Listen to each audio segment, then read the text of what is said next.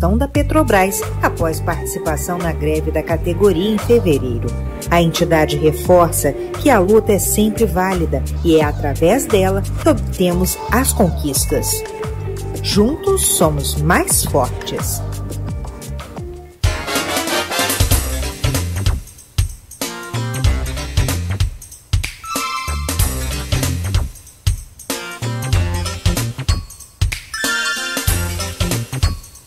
São 8 horas e 50 minutos em Campos, de volta com o Folha no Ar, primeira edição. Para quem nos acompanha pela Folha FM 98,3, uma emissora do Grupo Folha da Manhã, estamos ao vivo também e com o nosso streaming no Face e YouTube. Daqui a pouco esse programa estará em podcast. Voltando com o nosso convidado de hoje, o Caio Viana, temos a presença do jornalista titular da bancada também, o Aloysio Abreu Barbosa, assim como o Arnaldo Neto. E, Aloysio, você fazia uma pergunta no bloco anterior, já deixando aí para o Caio responder neste bloco. Caio, eu queria que você fosse mais preciso, uma vez que está admitido que Campos precisa readequar o tamanho da máquina, aonde você pensa que poderiam ser essas adequações? Em que áreas?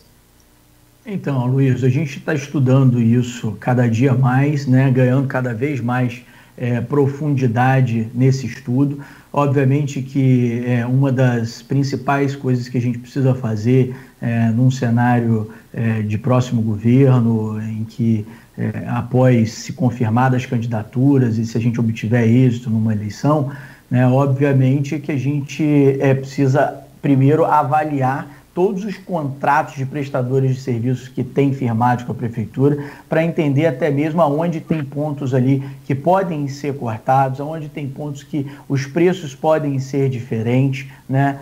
Porque do mesmo jeito que cai a arrecadação, precisa também readequar preços de muitas coisas aí que com certeza tem como ter um custo menor, né, para a prefeitura. E com certeza, Luiz, tem uma outra questão que é o que eu já disse aqui mais cedo, é prioridade. Veja, num momento como esse, né, de pandemia que nós estamos vivendo, tem cabimento pagar, né, porque as escolas estão fechadas, tem cabimento pagar instalações de para-raio nas escolas agora? Não, é tudo questão de prioridade. Eu estou trazendo isso, eu sei que é uma questão que precisa ter, a gente precisa proteger nossas crianças ali com os para-raios, né, mas isso é questão de prioridade para o momento. Então, estou dando só um exemplo de como o momento, porque é uma coisa que foi recente, como que é preciso entender o que é prioridade para o momento, né? Você tem muitas estruturas ociosas da máquina pública. Você tem estruturas hoje que não são utilizadas, você tem um centro administrativo da prefeitura disperso, é preciso repensar isso também, porque isso aumenta o gasto com os aluguéis de espaços, né? Então, tem uma série de reestruturação que é preciso ser feito. Isso vai desde do ponto da gente pensar em contratos, como a gente pensar nos gastos que a prefeitura tem com esses espaços, alguns ociosos, alguns desnecessários, né? É preciso entender, por exemplo, se às vezes tem um posto de saúde do lado de um PU e do lado de um hospital. Esses três equipamentos são necessários ter um do lado do outro? Se sendo que nenhum dos três estão funcionando, nenhum dos três estão tendo o atendimento adequado? Então é preciso entender isso. Às vezes é mais fácil você deixar dois funcionando com efetividade, onde o cidadão vai conseguir ir lá, encontrar o medicamento, encontrar o insumo, poder ser atendido com qualidade, do que você ter três espaços, aumentar o custo e não ter efetividade no atendimento. Porque, veja, é muito triste hoje, falando de novo na área da saúde, que é um tema muito evidente, o cidadão chegar, né, que tem um custo alto a saúde de Campos, é sempre gasto, esses valores previstos, é gasto na saúde, então a saúde tem dinheiro, o que está faltando na saúde é gestão. Não tem cabimento, por exemplo, um profissional de saúde, um médico, ter que levar de casa, às vezes, luva, porque chega no posto de saúde e não tem. Ter que, muitas vezes, parar o atendimento do paciente, né, para poder, às vezes, ir numa farmácia ao lado, que eu já ouvi relatos disso, do médico comprar do bolso dele gás para fazer um curativo, porque é questão humanitária e ele não vai deixar ali o paciente daquele jeito. Então, isso tudo é questão de gestão. E aí, se você me perguntar, hoje para a saúde, Eu entendo e acredito que o problema é gestão na saúde. Nas outras questões, nos outros segmentos, nos outros setores, é preciso fazer readequações, né, para que a gente entenda como a gente utilizar melhor o dinheiro público que se tem e como a gente gerar mais receitas, porque é preciso gerar mais receita, sem dúvida alguma. A saída também não é só cortar, não adianta só cortar, até porque se o barril do petróleo, a precificação continua caindo, se a gente continua tendo resultados negativos na macroeconomia, os cortes não vão adiantar, porque senão você vai cortar eternamente.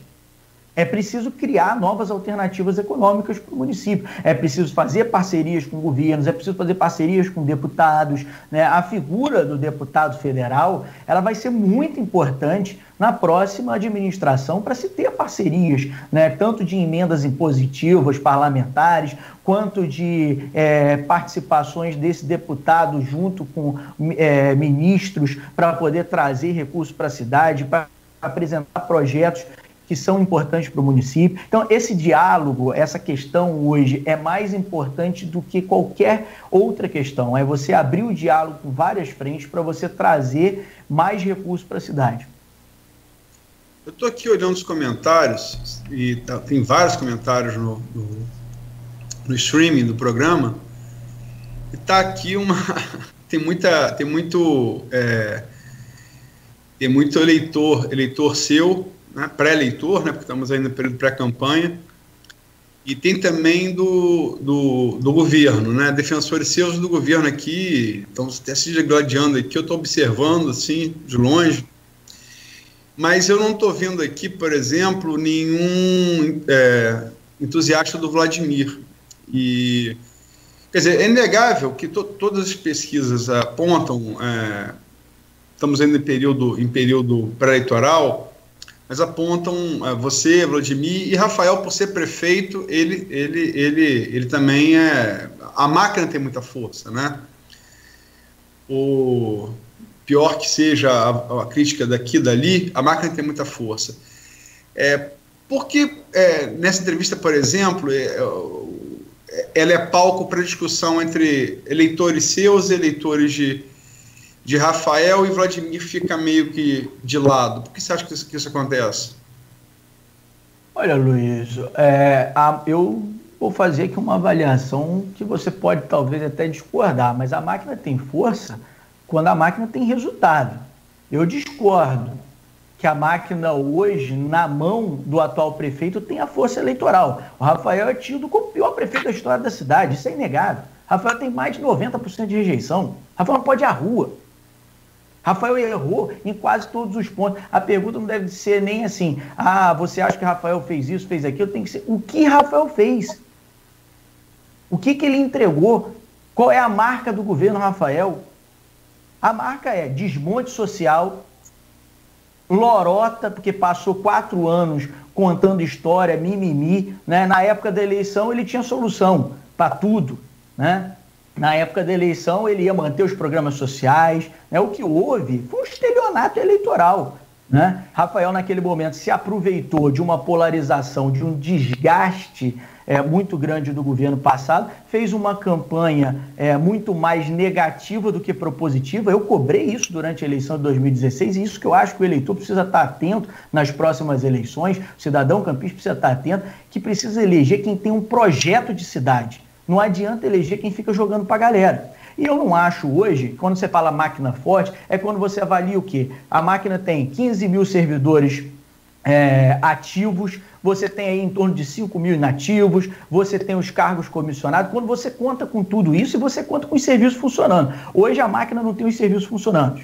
Eu duvido que Rafael tenha apoio dos servidores públicos municipais, que ele sequer promoveu algum reajuste, não manteve o tão dito na campanha o diálogo permanente, olho no olho, que ele gostava de falar, né? Mas na prática foi muito diferente disso. Então eu duvido que essa máquina pública esteja promovendo qualquer tipo de força para o Rafael. O que se tem são os cargos de confiança, né, que obviamente recebem do prefeito, recebem da prefeitura, para poder ficar provocando ambientes de discórdia e tudo mais. Com relação a essa questão de não ter pessoas aí falando do Vladimir, eu não tenho o que falar sobre isso. Não. Aí é uma questão que tem que perguntar a ele, né? Mas é isso. O que você falou agora, se o governo Rafael está tão desgastado assim, eu não vou discutir isso, mas isso não deveria colocar Vladimir, então, como seu adversário? Porque você até aqui agora falou muito de Rafael, e está na pauta... Eu fiz análise. Eu fiz análise da gestão Garotinho também. Eu falei dos elefantes brancos que a gestão dos garotinhos deixaram para a cidade, da irresponsabilidade dos gastos públicos, né? Isso ficou evidente. São os pais de Vladimir, né? E Vladimir está aqui como pauta desse bloco. Qual é a sua avaliação de Vladimir? E né? Que ainda... Aloysio, parlamentar e como pré-candidato. Tá, eu procuro ser, Aloysio, sempre, é o que eu digo, coerente, sensato com as minhas avaliações. Tá? Eu defendo e sempre defendi a importância dos programas sociais. Eu não posso aqui me omitir de dizer que no governo dos garotinhos eles acertaram em ter os programas sociais. Erraram em diversas outras coisas, mas nisso eles acertaram. Tá certo? Como eu também não posso deixar de dizer que eu não consegui enxergar nada que o governo Rafael tenha produzido. Eu não estou nesse momento, Luiz, provocando candidatos, avaliando pré-candidatos, etc. e tal. Estou avaliando aqui o que eu vejo de gestões. Eu acho que o governo Garotinho, os governos quando eu digo dos garotinhos, é porque ali sempre a família toda se envolveu, né? Tanto a Rosinha quanto o próprio Garotinho, o próprio Vladimir. Então eu digo em geral. Cometeu acertos e cometeu erros. Eu acho que cometeu muito mais erros. Não é à toa que a população tirou, né? Erros de responsabilidade com gasto público, erros que deixaram dívida para o futuro de outras administrações. Agora, com relação ao mandato parlamentar do Vladimir, eu acho que está muito cedo para a gente fazer uma avaliação ampla, né? O Vladimir tem aí mais da metade do mandato dele pela frente ainda. Entendo, tá? Que é muito importante que Campos não perca, isso é o que eu venho defendendo e venho avaliando, Campos não perca essa relação com o poder federal, né? Ou seja, Campos há mais de 2 décadas não fica sem um parlamentar, sem um congressista, sem um deputado federal. Então eu entendo que para o bem da cidade, para o desenvolvimento da cidade, pensando no coletivo, é muito importante que a gente não perca o deputado federal. Não importa se é o Vladimir, se é qualquer outra pessoa. O eleito aqui da nossa cidade como deputado federal foi o Vladimir, né? E acho que qualquer que seja a gestão futura, qualquer que seja, precisa ter diálogo com esse parlamentar. E se esse parlamentar não estiver lá, vai dificultar, obviamente, o diálogo com outros parlamentares e com o governo federal. Então, eu acho que, nesse momento, o mais prudente, o mais, digamos assim, pensar no coletivo seria, não pensar em si próprio, seria, obviamente, a manutenção desse mandato, né? Até porque a cidade, a maior parte dos votos que esse mandato teve foi pela cidade de Campos, né? Se Vladimir concorrer e não se eleger prefeito, sabe-se lá quando vai ser a eleição, mas é provável que seja ainda em novembro desse ano, ele volta para a Câmara, né? Ele não perde o mandato. Claro. E temos também Marcão, que teve até mais votos que Vladimir no total, mas foi... Mas Marcão não é deputado, Marcão está deputado, entende? Existe uma diferença, a qualquer momento a cidade pode perder esse deputado, né? Sim, a partir do momento que o outro que estava na... Hoje tem. Mas amanhã pode não ter, pode amanhecer amanhã com o deputado que se afastou para ser secretário passe a voltar para o cargo de deputado. Enfim, mas hoje temos. E Vladimir, se concorrer e não se eleger, ele volta, ele assume o mandato dele na Câmara, ele não vai perder o mandato. A não ser que se eleja prefeito, né? Agora, vamos colocar, a gente falou aqui pontos negativos, você fez análises críticas. Eu vou usar Dom Fernando Rifan, que esteve aqui no programa comigo e Cláudio, na quarta-feira, e analisou como ponto positivo do governo Rafael o enfrentamento à crise da pandemia. E eu vou colocar como ponto positivo do mandato de Vladimir a luta exitosa na aprovação da emenda de bancada de 25 milhões para a conclusão dos prédios da UF na Beira-Rio, iniciadas no governo Lula, abandonadas desde 2015 no governo Dilma. Como é que você vê esses 2 pontos, se você concorda que são pontos positivos, e como é que você analisa eles? Com relação ao governo, Rafael, eu já fui bem claro aqui com relação ao combate que o governo vem feito à pandemia. Demorou para agir? Nós estamos em que mês, Aloysio?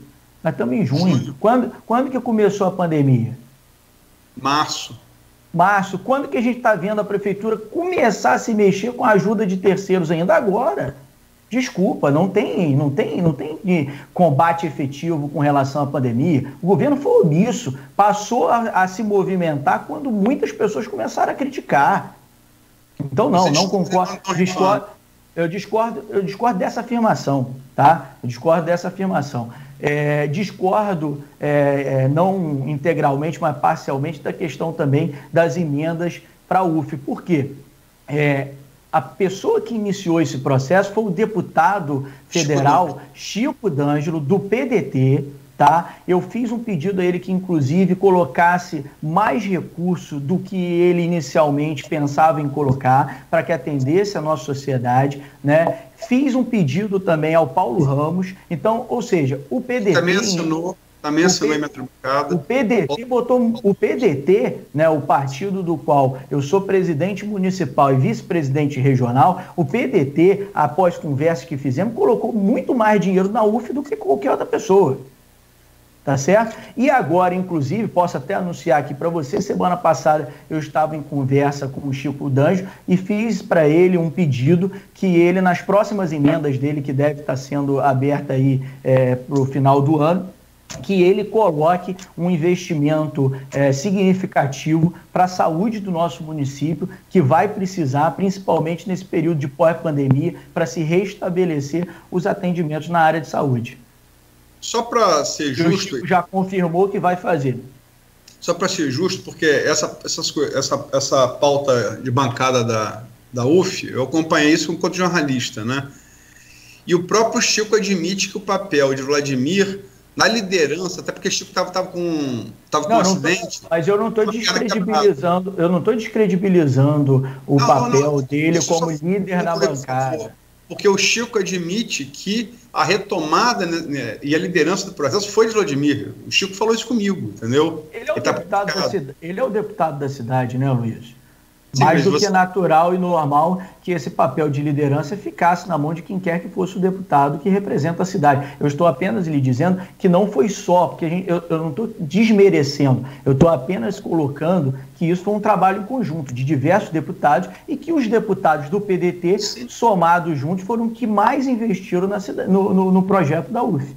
Eu ouvi o Paulo Ramos, eu ouvi o Chico, eu ouvi a Thalíria Petroni do PSOL, eu ouvi o Sargento Gurgel do PSL, que também está na emenda de bancada. O nome está dizendo, é uma emenda de bancada, não pode ser só de um. Claro. Mas o Chico... É isso que eu quis deixar claro, entendeu? Quem liderou esse processo foi o Vladimir. Isso é dito pelo Chico D'Angelo a mim, entendeu? Mas isso é o natural, né? O que a gente espera do mandato de deputado federal constituído na nossa cidade pelo voto popular, né? Mas você acha positivo? É claro que é positivo. Qualquer ajuda para a cidade é positivo. O trabalho dele foi positivo, liderando esse movimento lá na bancada do Rio de Janeiro. Eu apenas fiz um adendo para não parecer que é só uma pessoa que solucionou esse problema, enquanto na verdade não foi. Se é de bancada, não pode ser. Eu sei, Aloysio, mas quando a gente fala o nome de um e a população de Campos não conhece o nome dos outros, parece que só foi feito por uma pessoa, entende? Sim, mas só para deixar claro, eu ouvi todos os envolvidos, inclusive Paulo Ramos e Chico D'Angelo, do seu partido. Não, você já falou isso. Também queria só colocar um ponto aqui nessa discussão, que estão comentando aqui muito no Facebook, Caio, que é quando você fala que o governo municipal, com várias críticas e muitas delas pertinentes, no meu ponto de vista, a questão particular, mas com relação ao Centro de Controle e Combate ao Coronavírus, ele foi inaugurado em março, né, e é colocado como pontapé inicial nesse combate à pandemia. E o que foi feito? Quando foi comprado os testes, Arnaldo? Quando começou a testagem em massa? Cadê os equipamentos de EPI para proteção dos nossos combatentes aí, os nossos profissionais de saúde que estão na frente desse combate? Cadê as medidas para ajudar o comércio local? Está todo mundo aguardando até hoje, Arnaldo. Só fala, não foi nada efetivado, estamos aguardando. Cadê a testagem em massa? Está sendo anunciado, está começando agora. Que bom, vamos ver até quando que isso vai realmente ser efetivado. Mas é isso que a gente está esperando. Nós estamos esperando. Desde março, como você falou, foi inaugurado o Centro de Controle e Combate, mas nós estamos esperando. Está só na promessa. Virou um governo só de promessa. Mas o CCC não é uma realidade, né? Não é uma promessa. Que foi... Eu estou falando de ações, Luiz. Não adianta eu criar um centro de controle, eu estou falando de ações. Eu estou perguntando, cadê os testes? Cadê os testes? Cadê os equipamentos de EPI, de proteção? Cadê as medidas para ajudar o comércio? Né? Cadê o pagamento dos RPAs para que não deixe essas pessoas ainda mais em situação de vulnerabilidade, que de certa forma insira dinheiro de novo na economia, pagando os RPAs que vão poder consumir de novo no município? Nós não estamos falando de centro de controle, nós estamos falando de efetividade, de ação, resultado. Caio, vamos chegando, já passamos até um pouco do final do programa. Não é novidade para ninguém, tem muita gente que usa isso como grande análise política, que você, todo mundo que acompanha, sabe que você talvez seja o adversário mais temido no segundo turno, por conta da sua baixa rejeição, até aqui baixa rejeição. E baixa rejeição no primeiro turno não quer dizer muita coisa, mas no segundo ela se torna critério essencial, porque ela define o teto de crescimento do candidato para agregar voto primeiro para o segundo. Essa é a sua principal tática eleitoral? Manter essa rejeição baixa? Luiz, eu acho que qualquer político, ele obviamente que tenha consciência das suas ações, ele preza por não ter rejeições, e as rejeições vêm por atitudes erradas, por ações erradas, né? Eu, na verdade, não penso nisso em termos de tática, penso em termos de assertividade nas minhas ações, em ser sempre coerente, em ser sempre sensato com os meus comentários, com a linha que eu acredito, com aquilo que eu quero para a minha cidade. Eu não estou pensando em questão de primeiro, segundo turno, eu estou pensando, na verdade, em apresentar um projeto, um planejamento de cidade que devolva ao cidadão campista a condição de sair dessa situação crítica que a cidade se encontra hoje, que se restabeleça, né, os serviços básicos, tanto em área de saúde, educação e desenvolvimento econômico, né, e que a gente possa voltar a gerar riqueza, gerar renda, gerar emprego para a nossa cidade. O que eu penso exclusivamente todos os dias e trabalho para isso, é isso.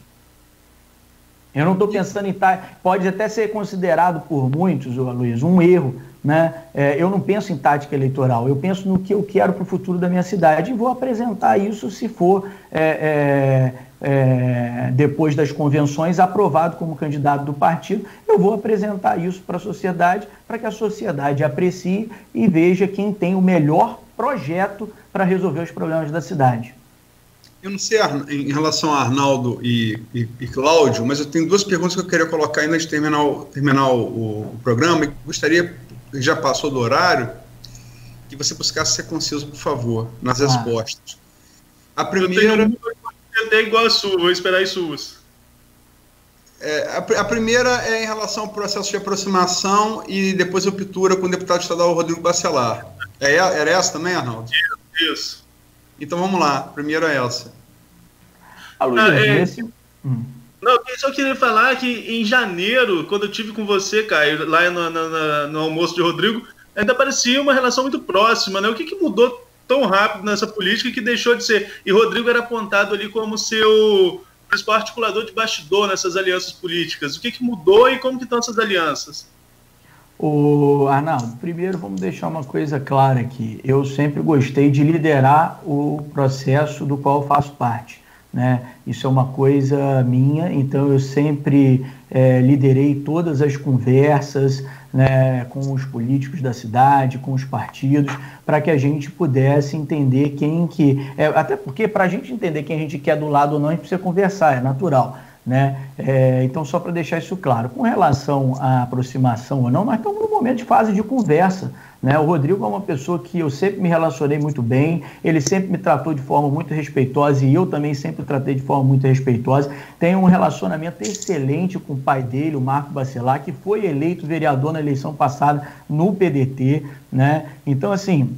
tenho um carinho muito grande pela família, não tenho problema algum com a família, né? E acho que esse é um momento de diálogo, de conversa, para que se lá na frente, quando for efetivada as convenções partidárias, a gente entenda quem vai ficar onde, quem vai se colocar onde, mas é o que eu disse, mais preocupado nesse momento com questões políticas, eu não estou preocupado nesse momento com questões administrativas. Quem vai ser aliado lá na frente ou não, isso a gente vai definir no momento adequado, conversando com essas pessoas. Nesse momento eu estou preocupado em ter um projeto para apresentar para a sociedade. Quando você rompeu com o Rodrigo, houve ruptura, você falou comigo, usou um termo pesado, o termo negociata, que você não faria negociata. A que você se referia? Não. Presta atenção, Luiz. Primeiro que eu não rompi com o Rodrigo. Não houve rompimento. Essa decisão, né? Não, mas não houve rompimento. Se você pode perguntar ao próprio deputado, Rodrigo Bacelar, não houve rompimento. O que houve é o que eu estou te falando, as pessoas estão conversando. Em momento nenhum, isso ficou definido porque isso se estabelece nas convenções, tá certo? Agora, com relação ao seu comentário, eu fiz em relação a uma pergunta que você me fez na entrevista, que você me entrevistou para o jornal Folha da Manhã, e você na pergunta falou, você narrou ali uma situação de que as pessoas estariam falando que aquele momento de afastamento poderia se dar por questões de negociações relacionadas à indicação de vice, à indicação de presidente da Câmara e outros cargos em governo, etc. e tal. O que eu disse para você é que, como eu volto a dizer, no momento eu estou extremamente focado num projeto para solucionar os problemas da cidade. Por quê? Se eu venho candidato e a população me elege, quem vai ser cobrado lá na frente para poder dar resultado e resposta para os problemas que a cidade tem, sou eu. Ou qualquer que seja o candidato que tenha sido eleito pela população. Então, nesse momento, eu não estou aqui para poder ficar fazendo qualquer tipo de acordo político visando um futuro governo que a gente nem sabe se não é por aí. Sabe, eu não acho que é por aí. Essa foi a resposta que eu te disse. Não quer dizer, né, necessariamente que o Rodrigo fez imposições nessas áreas. Eu te respondi baseado no que você me perguntou. Aí se fez, você disse não, né? Mas enfim. Última pergunta é óbvia.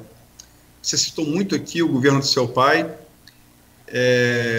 Talvez seu pai tenha complicações com a justiça, como tem Rosinha, e talvez sejam hoje os dois políticos ainda mais populares de Campos, né? Acho que independente se você gosta ou não, isso é um fato inegável. Arnaldo Viana... Se eu gosto, eu amo, é claro. Meu pai saiu com a melhor aprovação de todos os tempos da prefeitura. Não, quero dizer além que... de amar ele como pai, eu amo ele como administrador público, foi excelente, inegável por toda a cidade. Eu não falo de você, eu falo das pessoas em geral. Que você pode gostar ou não de Arnaldo e Rosinha, mas você não pode negar a popularidade de um e de outro. Eles são muito populares, tanto o Arnaldo quanto a Rosinha. E certamente, se não fosse complicações com a justiça pudesse disputar a eleição, seriam fortíssimos candidatos. Mas, enfim, não podem.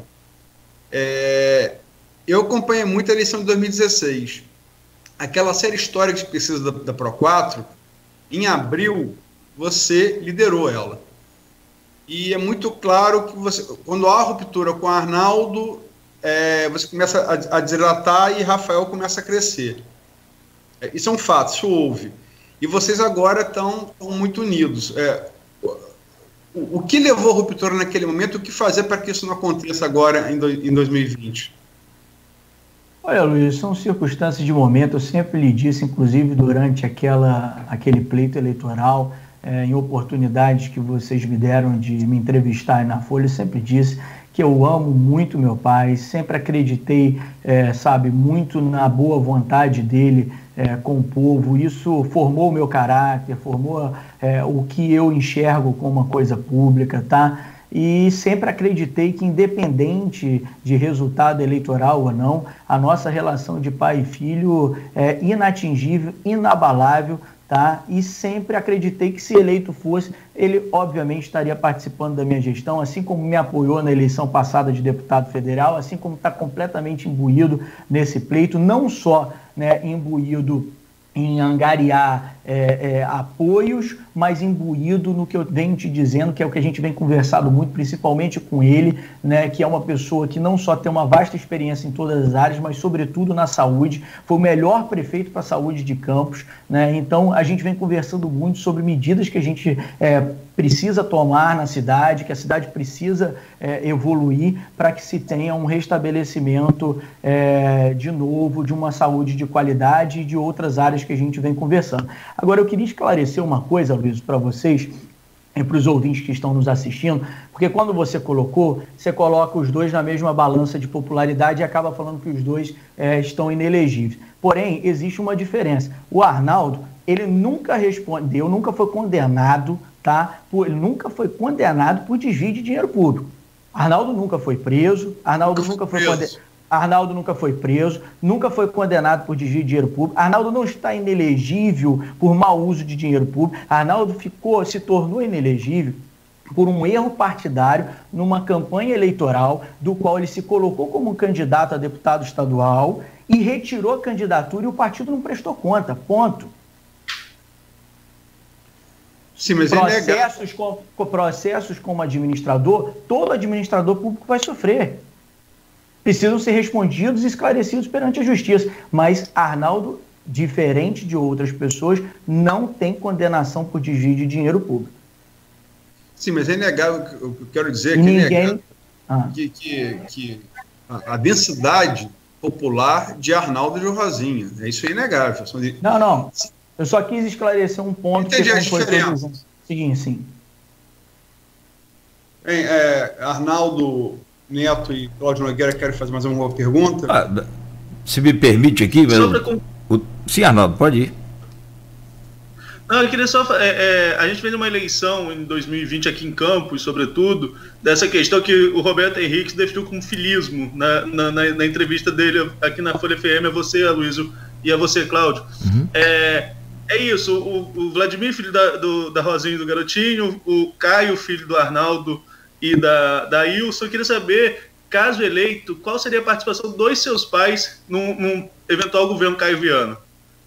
Ô Arnaldo, eu não só não tenho culpa, como eu tenho orgulho, né, de ser filho de quem eu sou filho, né?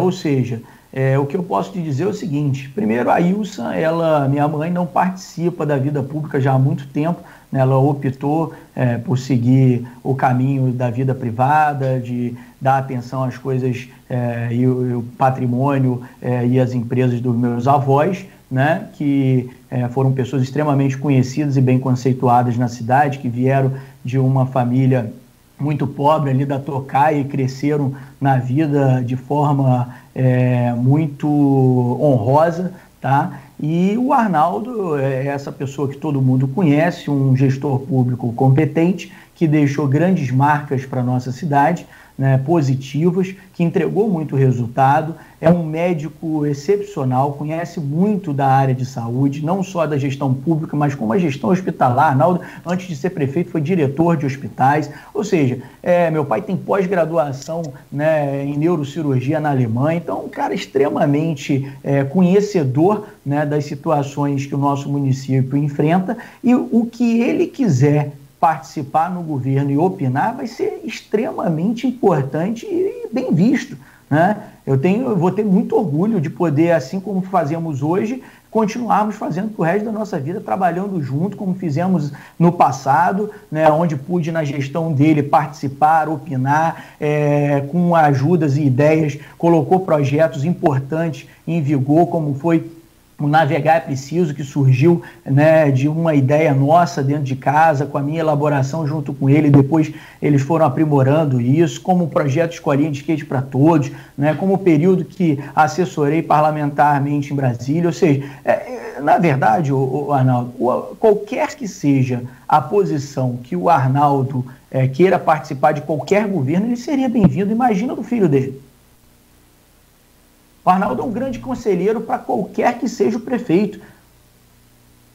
Talvez essa capacidade faltou para o atual prefeito, né? Que não soube ter diálogo com as pessoas importantes da nossa cidade, pessoas que tiveram experiências positivas, pessoas que poderiam, inclusive, ajudar independente, é o que eu estou falando, independente das guerras políticas, independente do período eleitoral. É preciso um movimento de grande pacificação para que nossa cidade aproveite, né, o que tem de melhor das pessoas para montar um grande governo para a cidade voltar a crescer. O povo não está interessado em briga política, o povo quer saber do resultado, quer saber de resolver os problemas que ele encontra todo dia por incompetência desses administradores.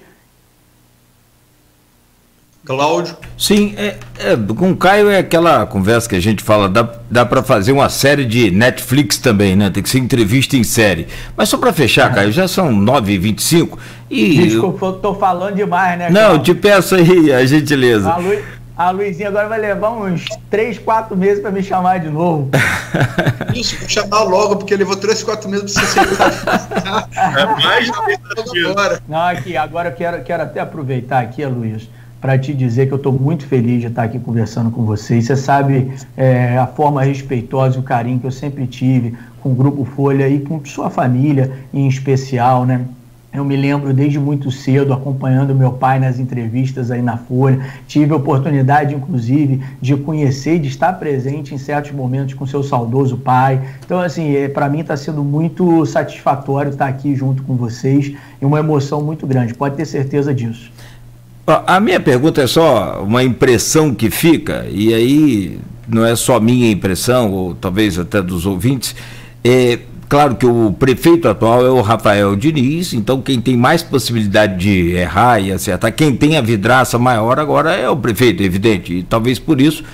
Mas você teve a oportunidade de analisar todos os políticos, todos os candidatos que pretendem concorrer ao cargo de prefeito. Você também como pré-candidato, então a gente está sempre aqui respeitando a lei, parece atacar com mais veemência o Rafael Diniz. Ele é o teria prefeito, algum sim, eu falei isso antes, mas você teria algum receio de enfrentá-lo num eventual segundo turno, alguma coisa assim?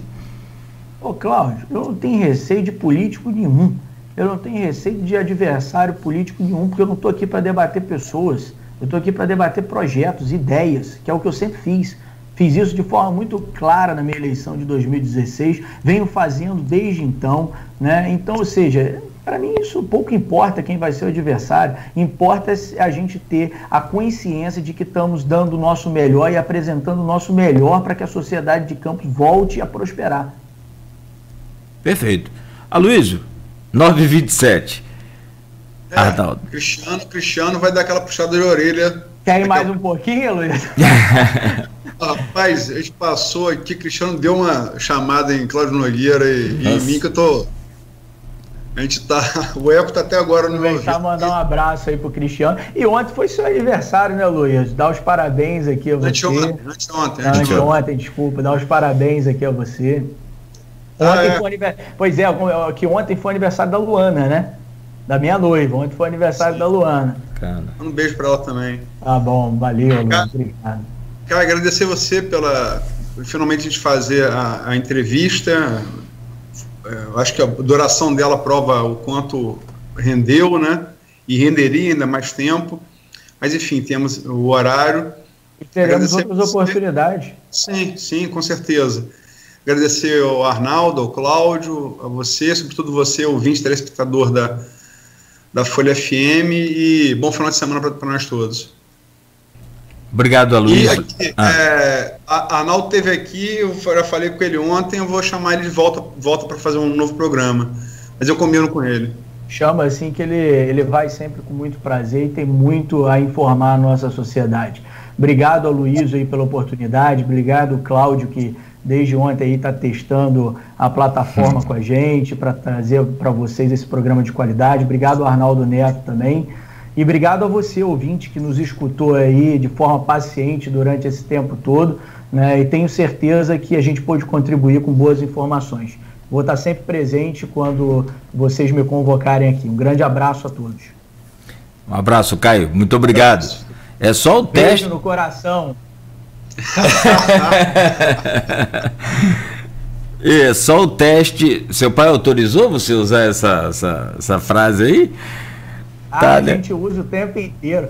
O que ele mais gosta de fazer é me mandar mensagem com aquele beijinho do WhatsApp, o coraçãozinho saindo. Ele manda o beijinho que sai o coração e manda outro coração junto. A gente usa isso o tempo inteiro. Tá certo. É uma forma carinhosa, né? Além de ter sido uma marca importante dele, é uma forma muito carinhosa de se reportar às pessoas. Perfeito. Arnaldo, muito obrigado também. Um bom dia para você, um bom final de semana. E segunda-feira estaremos juntos aqui, se Deus permitir. Exato. Obrigado, Caio. Obrigado, Luiz, pelo convite para participar, Nogueira. Segunda-feira a gente volta às 7h, entrevista com Heloísa Landi, da Secretaria do Envelhecimento Ativo e Saudável, falando sobre o fechamento dessas atividades desse mês, que é dedicado aí o mês ao idoso, né, o Junho Violeta, e vai ter o fechamento. Enfim, a gente vai estar conversando sobre toda essa questão de forma muito diferente, nesse fechamento também virtual. Perfeito. Aloysio, um abraço. Só permitir, Arnaldo, eu encaixei na sexta-feira da sua semana, eu vou participar também, no dia 3 de julho, o Chico Machado, presidente da comissão que está analisando. Eu tinha marcado com ele também. Então, mas enfim, está marcado. Dia 3. Dia 3. Marcado justamente o dia 3. Beleza. Eu ia falar com ele hoje. E aproveitar aqui a audiência do programa para anunciar que eu entrevistei o deputado federal Marcelo Freixo, uma entrevista extensa sobre o momento conturbado do país, do Estado, com fatos também de Campos, né? Deputado do PSOL, deputado federal, e vamos estar publicando essa entrevista aí amanhã, na edição impressa da Folha da Manhã. Nas bancas bem cedo. Perfeito. E só lembrar, o Gerson Caiotinha de Ouro, também para fechar o dia de hoje, a semana, é convidado logo mais, depois das 18 horas, do Marco Antônio para bater o papo da sexta aqui na Folha FM. Legal. Grande Caiotinha, vamos acompanhar aí. Vai ser por Skype? Ou por telefone, não confirmei com o Marco ainda não. O legal da imagem, e pergunta a Gerson sobre Didi. Porque Didi é campista, maior média da história do futebol, bicampeão mundial pelo Brasil, 58 e 62, nas Copas da Suécia e do Chile.